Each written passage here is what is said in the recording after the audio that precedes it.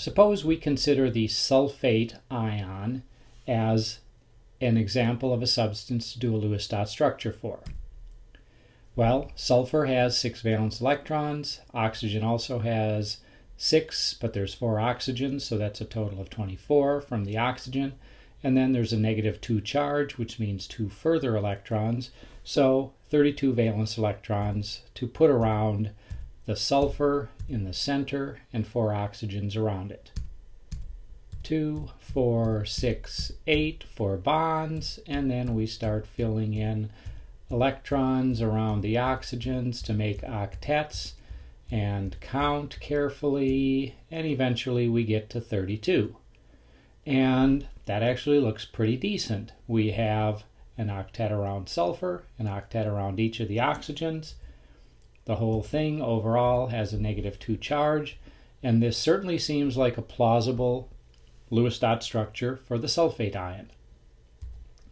And of course, we can represent it instead of as the electron pairs for bonds as lines for bonds. So this looks reasonable. But is there anything else we could do for a Lewis dot structure? And if you note that sulfur is an atom in the 3rd shell or 3rd row of the periodic table, it can actually expand its octet. And so let's look at that again. The electrons that are lone pairs on oxygen here could in fact go in between the two atoms, the sulfur and the oxygen, as a double bond. We didn't change the number of electrons, and now we have 10 electrons around sulfur instead of 8, but we still have octets around oxygen. And in fact, that's a doable thing because, like we said, sulfur can have an expanded octet. And of course, the double bond could have been to a different oxygen atom, or that one, or that one. So we have resonance possibilities, and we have multiple places that we could have a double bond.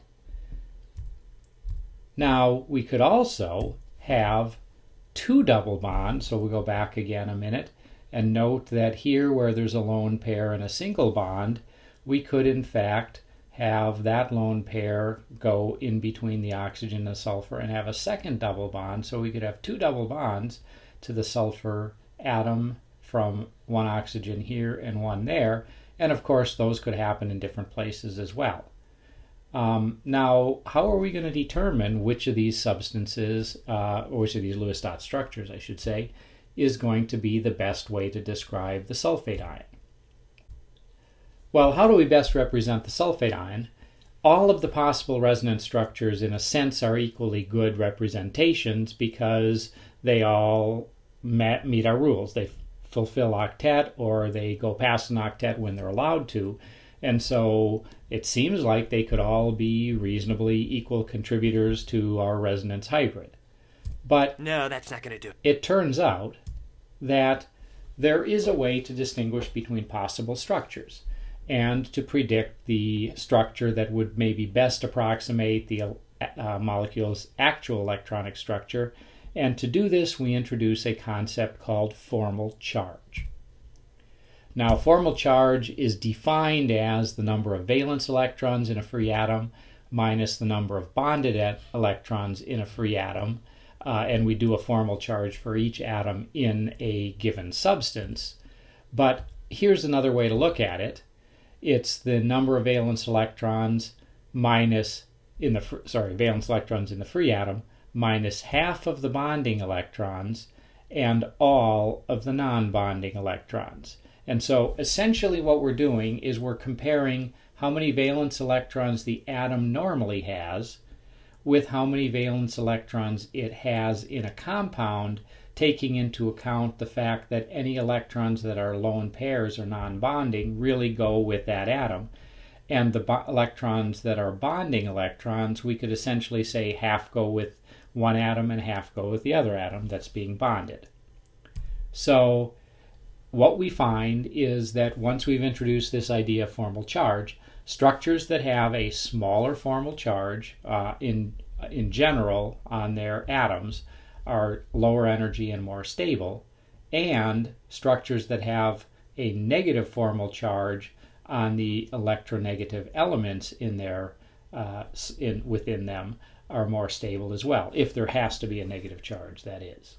So let's apply this to sulfate, which is what we started this screencast with. And here was our first structure where we have only single bonds. And essentially what we're doing is we are saying for a given substance, we're going to calculate the formal charge on each atom within this species. So for sulfur, sulfur normally has 6 valence electrons, and right now it has 8 electrons around it, but we're going to essentially share the electrons where half of them are associated with sulfur and half are associated with oxygen. So of those 8 electrons, we're going to subtract half of them, which is 4, and so what we would say is that sulfur has a formal charge of +2. And one way to look at this kind of visually would be to say sulfur normally has 6 valence electrons, but what we're doing is, since these electrons are being shared, we're saying that the electrons that are circled, if you will, in red, we're splitting up the bond pairs and saying one goes to sulfur, one goes to oxygen, one goes to sulfur, one goes to oxygen.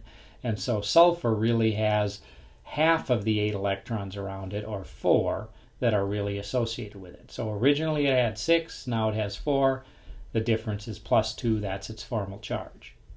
And if we do the same thing for, let's say, oxygen, then it normally has 6 valence electrons. It has around it at this point, the number that have to be subtracted would be 1, 2, 3, 4, 5, 6 that are lone pair electrons that are only part of oxygen, and then one of the 2 electrons in this bond, so it actually gets all of, and why did that not work? Let's try again with the pen, and let's give it a color. So let's do green this time.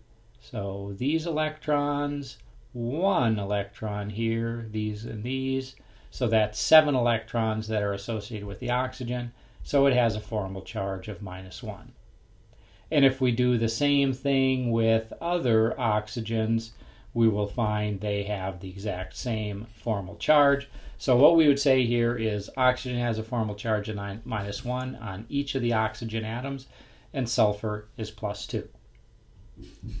Now, note that the +2 formal charge for sulfur plus 4 times -1 for the oxygen adds up to the total charge for the ion, which is better because formal charges are kind of like charges that these atoms would have if we shared the electrons equally and then just said, hey, what's their charge if they were now an ion.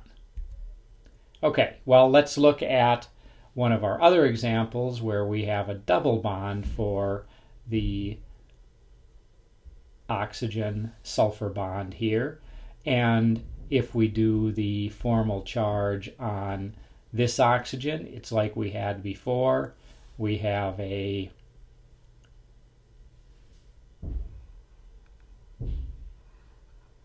six electrons normally around the oxygen, 7 now around the oxygen, so 6 minus 7 gives us -1. That's going to be the same here, and that's going to be the same here. But on this one, we have, and again, we'll split the electrons in half when they're shared. So for this oxygen, it would normally have 6 electrons. It actually has 6 electrons around it, so that's going to have a formal charge of 0. So this is going to be 0. And then for the sulfur, let's do that in a different color. We have half of the bond, half of the bond, half of the bond, and half of the bond. So sulfur normally has 6 electrons. Now it has 1, 2, 3, 4, 5. So that gives it a formal charge of +1. Now that's closer to 0, so this is actually going to be better in terms of formal charge than the previous structures. And now let's try the double bonded one, And again, let's do the sort of pen thing. So for this guy, we count all the lone pairs and half of the bond pairs. So oxygen would normally have 6 electrons. Now it has 7, formal charge of -1. Same for this guy, formal charge of -1.